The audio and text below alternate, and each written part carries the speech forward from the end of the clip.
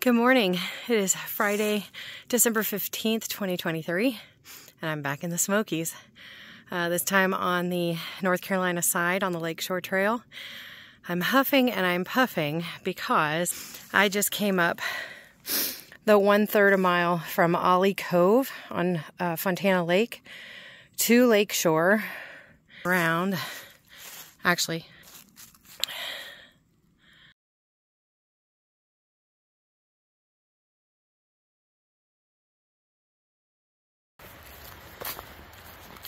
all right, I am coming up on the bridge and the Proctor House, so I'm almost to the point where I left off back in July 2022, I think it was. So if you want to see that section, that was the Hazel Creek section. I started up at Siler's Bald up on the AT, and I think we spent 2 nights, one on the AT and then one at campsite 84 or 85, and then we made it to the Proctor House up here, and then we took Lakeshore to 90. So once I finish this 2-day trip, Lakeshore will be completely done for me, as well as most of this North Carolina side. I still have at least 1, maybe 2 hikes in Deep Creek area, and then I still have to go back to Lost Cove, but Lakeshore will be done. Isn't that beautiful? I'll cross the bridge just to make my footsteps connect. If you continue on, you go to campsite 86. I'm not going to go there today. I think the campsites on Lakeshore are very well documented. I might record 77 where I'm staying at tonight, and maybe a couple others if I think about it. But I'm not going to continue on this morning. Actually, it's noon, so I've got to get going because I've got, like I said, between 8 and 9 miles to go. This was a big, bustling little community. I say big and little in the same sentence. Back in the late 1800s, it had a post office, and yeah, it was a big, I'll try to steady this so that you can pause it and read.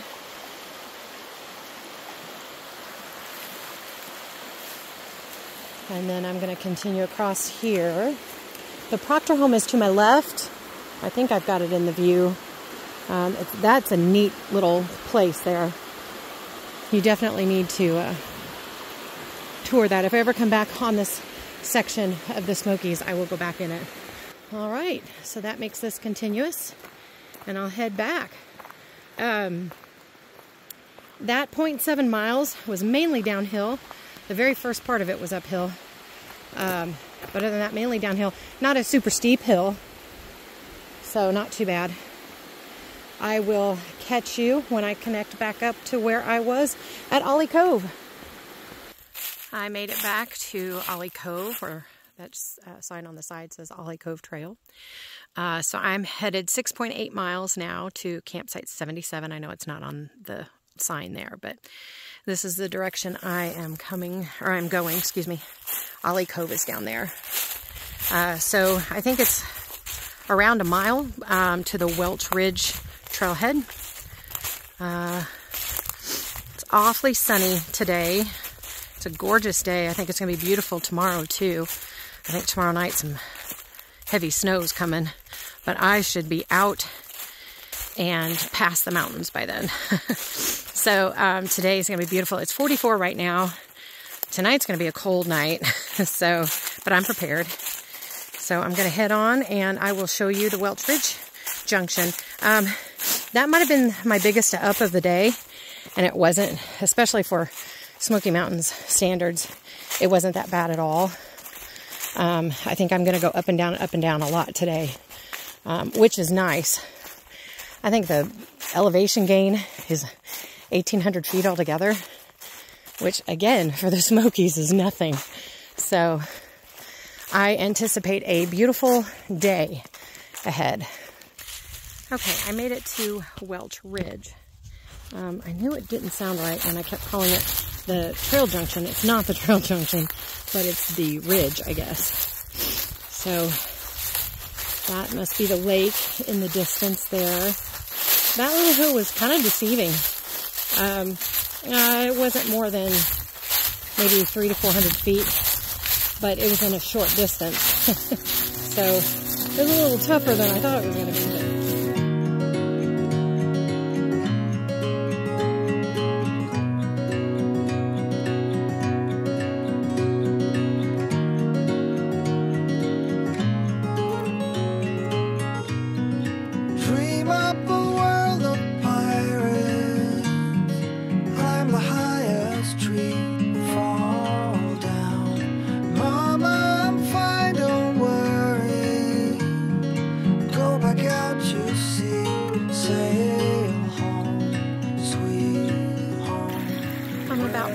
In for the day, and I looked down trail and I saw a deer, so I was just watching it. And as he was leaving and I was coming to the spot, I realized he was at, like, it looks like maybe a home site, an old home site or what have you.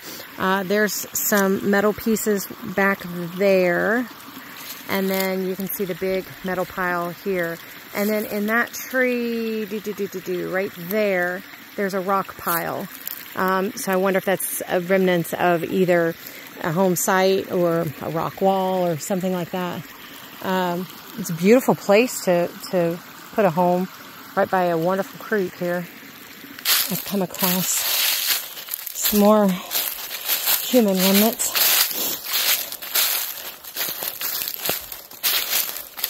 It's a wash tub, and I don't know if those could be, well, I don't know. I don't know if they're cornerstone blocks or foundation blocks. I'm not sure. But this is right before the next water crossing. Apparently, I passed one of the campsites. I'm not doing a very good job navigating today. So I might take a break here and just double check everything. I know I'm on the trail, but yeah, I think I might just take a break here real quick. This was an interesting blowdown to get around. It covers that whole trail there in the bend. And all you have to do really is to go up and just kind of weave yourself through those. Maybe by the time you do this trail, this is pretty fresh. So maybe by the time you do this trail, it'll be gone. So that was interesting. I think you pronounce it Chesqua Branch Cascades. Not a whole lot running today, but there's some.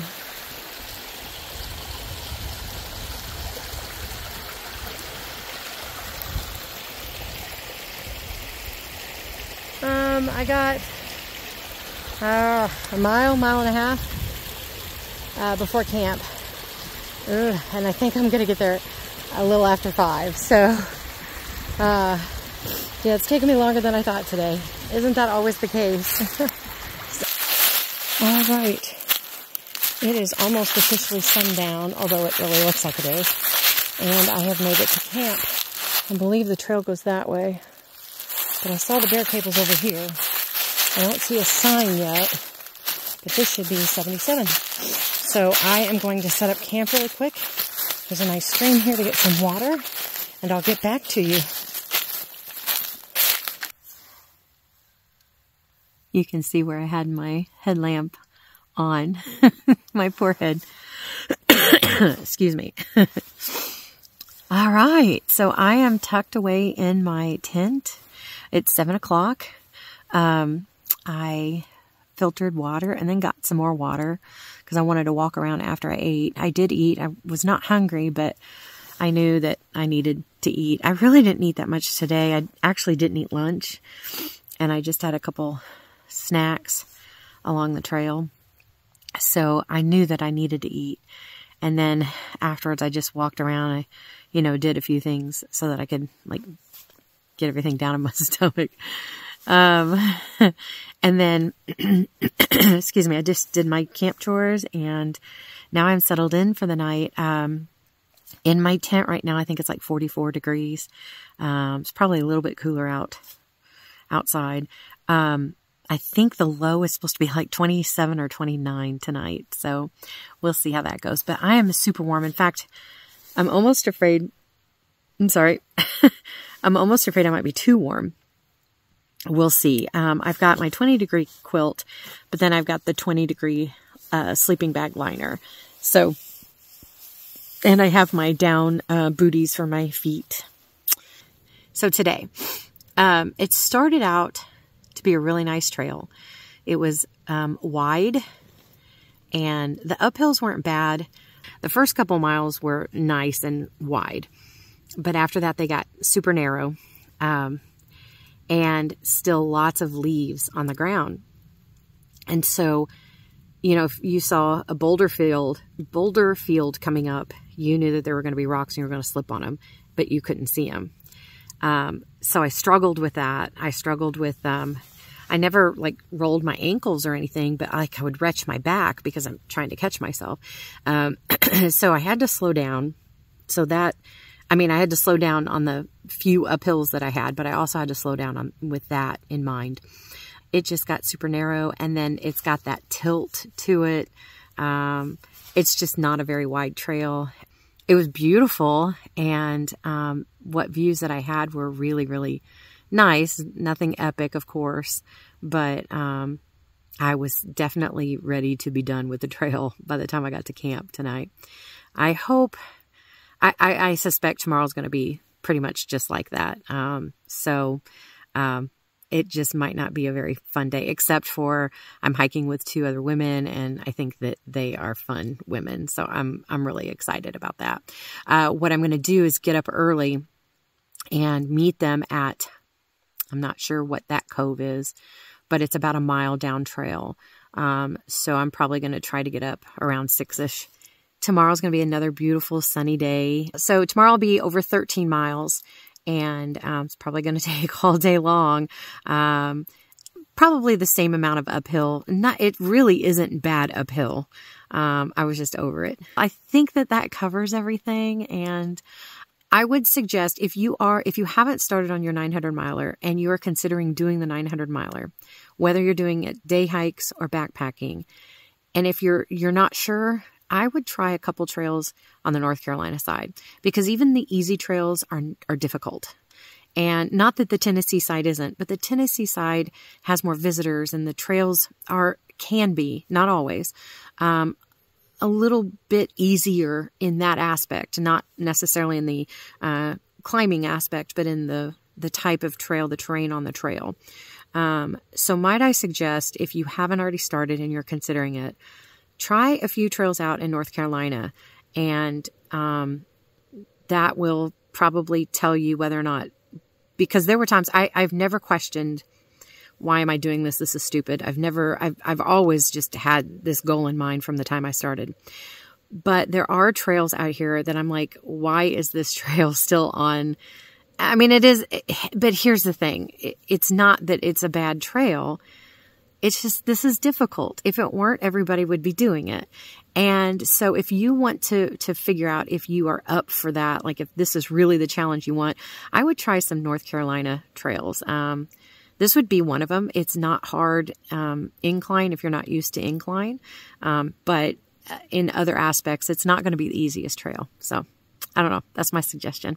So I'm going to sign off for tonight. Thank you for watching. I hope you got something out of it, and I'll see you tomorrow. To get all cleaned up and put away, call it a day.